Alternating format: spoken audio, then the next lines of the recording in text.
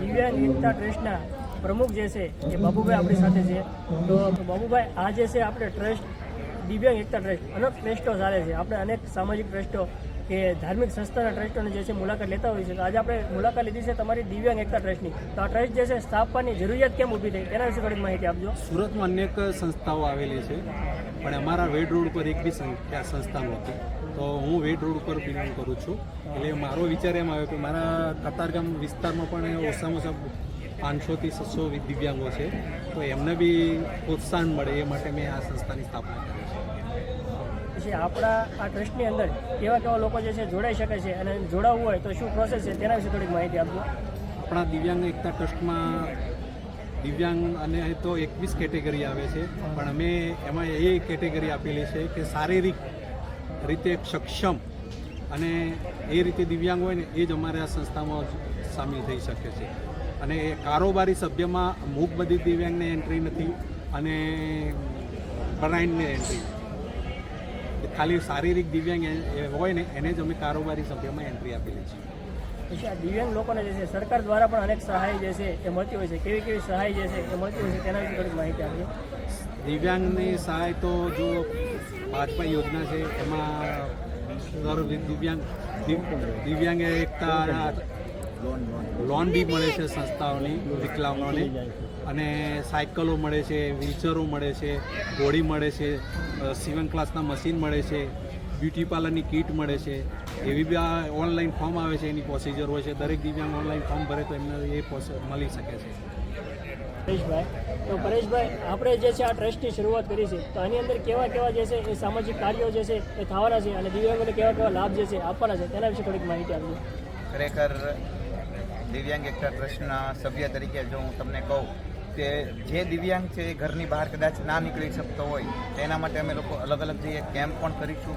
સમાજ સુરક્ષા તથા ગુજરાત રાજ્ય દ્વારા આપવામાં આવતી સેવાઓ જેવી કે બસ પાસ, ટ્રેન પાસ, પછી ત્યારબાદ સંશુદાસ યોજના, લગ્ન સહાય યોજના જેવી ઘણી બધી છે, અથવા કોઈને રોજગારી ઉપર ઊભા રહી શકે તે માટે સીવણ ક્લાસીસના ફોર્મ, આ ઉપરાંત સાહેબે કીધી તે રીતે અલગ અલગ ઘણી બધી પ્રકારની યોજનાઓ ગુજરાત સરકાર તરફથી અથવા ભારત સરકાર તરફથી આપવામાં આવતી હોય છે. તો તેના ફોર્મ અમે કલેક્ટ કરીને છે તે કચેરી સુધી પહોંચાડીએ અને ખરેખર જે જરૂરિયાતમંદ દિવ્યાંગો સુધી પહોંચાડવાનો અમારો નિરંતર પ્રયાસ રહેશે. આપનું જે આ ટ્રસ્ટ જે છે એનો ઉદ્દેશ શું છે, મેન ઉદ્દેશ એના વિશે થોડીક માહિતી આપજો. દિવ્યાંગ એકતા ટ્રસ્ટનો મેન ઉદ્દેશ તો શું છે કે દિવ્યાંગોની સુષુપ્ત શક્તિ બહાર લાવવી, એના વિકાસમાં ઉપયોગી થાય એવા કાર્યો કરવા, આર્થિક રીતે સદ્ધર બને તે માટે જે પણ જરૂરી સાધન, સહાય અથવા કેબિન કે ટૂંકમાં પોતે અડીખમ ઊભો રહી શકે અને સમાજમાં આત્મનિર્ભર બને તે માટેનો અમારો હેતુ છે. ખૂબ સરસ જે છે આ ટ્રસ્ટનો હેતુ છે કે વ્યક્તિ જે છે એ એમ કહેવાય ને અદમ અસ્થિર હોય તેને રસ્તો નથી જડતો, અડગ મનના માનવીને જે છે એ હિમાલય પણ નથી મળતો. એમ કહેવાય છે ને કે જે પોતે પગભર થવા માગે છે, પોતે જાત મહેનત કરીને આગળ આવવા માગે છે એવા વ્યક્તિઓ માટે ખૂબ જ સરસ જે છે આ ટ્રસ્ટની નિમણૂક થઈ છે, અને દરેક લોકો જે છે પોતાના પગભર થઈ શકે અને વધારેમાં વધારે રોજગાર મેળવી શકે એવો ખૂબ સરસ જે છે આ ટ્રસ્ટનો ઉદ્દેશ છે. એક બેન જે છે આપણી સાથે જોડાયેલા છે, પૂજાબેન, એનો અવાજ જે છે તમે જુઓ ને, તમે આ વિડીયોની અંદર સાંભળ્યું હશે કે અવાજ જે છે લતા મંગેશકર બેન જેવો અવાજ જે છે, સુંદર અવાજ છે, તો બેનને આપણે સાંભળશું. ખૂબ જ સરસ જે છે કોકિલ કંઠો અવાજ બેનનો, પૂજાબેનનો છે. તો આપણે સાંભળીએ પૂજાબેનને કે બેન, આ જે છે આપનો અવાજ જે છે એમ કહેવાય કે લતા મંગેશકર બેન જે ગાતા હોય એવો ખૂબ જ સુંદર જે છે આપનો અવાજ છે. તો શું કહેશો તેના વિશે થોડીક માહિતી આપજો. કહેવાય ને કે ઈશ્વર જ્યારે કંઈક લઈને ત્યારે ઘણું બધું આપી દે છે. તો બસ આ જ વસ્તુ છે કે ઈશ્વરે અમારી પાસે કંઈક લઈ લીધું છે, તો અમને ટેલેન્ટ આપ્યું છે કે જે ટેલેન્ટથી અમે દુનિયા સુધી પહોંચાડી શકીએ છીએ અને અમે પણ આગળ વધી શકીએ છીએ. એના માટે ભગવાનનો અમને જે ડિસેબિલિટી મળી છે, અમે એના પર કોઈ દિવસ એ નથી કરતા કે કેમ અમને ભગવાને આવી રીતે અમને ડિસેબલ બનાવ્યા છે. પણ હું તો એટલું જ માનું છું કે ભલે ભગવાને મને જે કંઈ પણ ડિસેબિલિટી આપી છે, પણ એની સાથે મને ઘણું બધું આપ્યું છે જેના લીધે હું આગળ વધી શકું છું, ખુશ રહી શકું છું, અને જે નોર્મલ વ્યક્તિ કરી શકે છે એ બધું જ કાર્ય હું કરી શકું છું. આપણે ગાવા માટે કોઈ સ્ટેજ પ્રોગ્રામ કે એવું મળેલું, કોઈ એવોર્ડ મળેલા તેના વિશે થોડીક માહિતી આપજો. હા, અમે લોકો હું પ્રોફેશનલ સિંગર છું અને અમે ઘણા શોઝ કર્યા છે, અલગ અલગ સિટીમાં કર્યા છે, બોમ્બે કર્યા છે, છત્તીસગઢ કર્યા છે, અલગ અલગ સિટીમાં, વડોદરા, અમદાવાદ. અને સ્કૂલ ટાઈમથી જ મને સંગીતનો ખૂબ શોખ હતો અને સ્કૂલ ટાઈમથી જ હું જેટલા પણ સંગીતના ક્ષેત્રમાં ભાગ લેતી હતી હંમેશા મારો ફર્સ્ટ નંબર આવ્યો છે. અને હા, મને ઘણા બધા મતલબ એવોર્ડ પણ મળ્યા છે. પ્રિય હોય એવો 2 પંક્તિ ગાજો ગીત માટે. એમ તો મારા બધા જ ગીત પ્રિય જ છે, પણ કહેવાય ને કે આપણા દેશ પ્રત્યે બધાને જ માન ને સન્માન હોય તો હું લતાજીનું એક જ ગીત પ્રેફર કરીશ.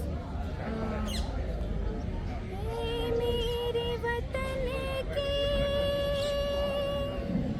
લોગો तुम खूब डगारो नारा, ये शुभ दिन है हम सबका, लहरा लो तिरंगा प्यारा, पर मत भूलो सीमा परे वीरों ने प्राण गवाई, कुछ याद उन्हें भी कर लो, कुछ याद उन्हें भी कर लो, जो लौट के घर ना आए, जो लौट के घर ना आए. મસ્ત. આ ગીત 2008માં કાશીરામ રાણાની બર્થડે હતી ગાંધી સ્મૃતિમાં, આખું સ્ટેડિયમ રડી પડ્યું, બધાને આંખમાં આંસુ હતા. હું ત્યાં જ હતો. જે છે બેનનો અવાજ છે, એમ કહેવાય ને કે આવા જે છે એ સુષુપ્ત શક્તિ જે છે, આ ભગવાન જ્યારે કોઈ વસ્તુ જે છે છીનવી લે છે ત્યારે એનાથી અનેક ગણું જે છે એ આપતો હોય છે. ખૂબ સરસ બેનની ભાવના પણ છે અને કોઈ ફરિયાદ પણ નથી. આપણે છે ને વારંવાર ફરિયાદ કરતા હોઈએ છીએ કે ભગવાને મને આ નથી આપ્યું, ઈશ્વરે મને આ નથી આપ્યું. બેનને તમે જુઓ, ખૂબ સરસ જે અવાજ છે, એમ કોઈ ફરિયાદ નથી ઈશ્વર પ્રત્યે. મને ભગવાને ઘણું આપ્યું છે, મારો અવાજ જે છે એ જ મારું સર્વસ્વ છે. તો આપણે લોકો જે છે આપણે હાથ પગ બહુ ખૂબ સરસ છે, ભગવાનની દેન છે આપણા ઉપર કે દરેક વસ્તુ આપણે સુંદર આપી છે, છતાં પણ આપણે અનેકવાર ઈશ્વરને ફરિયાદ કરતા હોઈએ છીએ. તો એ લોકો માટે ખાસ સંદેશ છે કે ઈશ્વરને ફરિયાદ ન કરતા પોતાની શક્તિ જે છે એને કઈ રીતે બહાર કાઢવી તેની કોશિશ આપણે જે કરતા હોઈએ છીએ. ખૂબ સરસ અવાજ છે બેનને, જે વધારે સફળતા મળે અને વધારે આગળ વધે એવી પ્રભુ પાસે પ્રાર્થના. અને આ વિડીયો જે છે વધારે લોકો સુધી પહોંચાડજો, જેથી કરી અને આ જે છે સુષુપ્ત શક્તિ રહેલી છે આ દિવ્યાંગ લોકોની અંદર એ જે બહાર આવે અને વધારે જે છે લોકો આગળ આવી શકે. તો કોઈને જે છે આ ટ્રસ્ટની અંદર જોડાવવું હોય અથવા તો કોઈ દાન કરવું હોય તો તેના માટે કોન્ટેક્ટ નંબર જે છે એ થોડું જણાવી દેજો અને માહિતી થોડી આપી દેજો. 9913 65 74 65 ગૂગલ પે, ફોનપે, પેટીએમ આ બધા નંબર છે.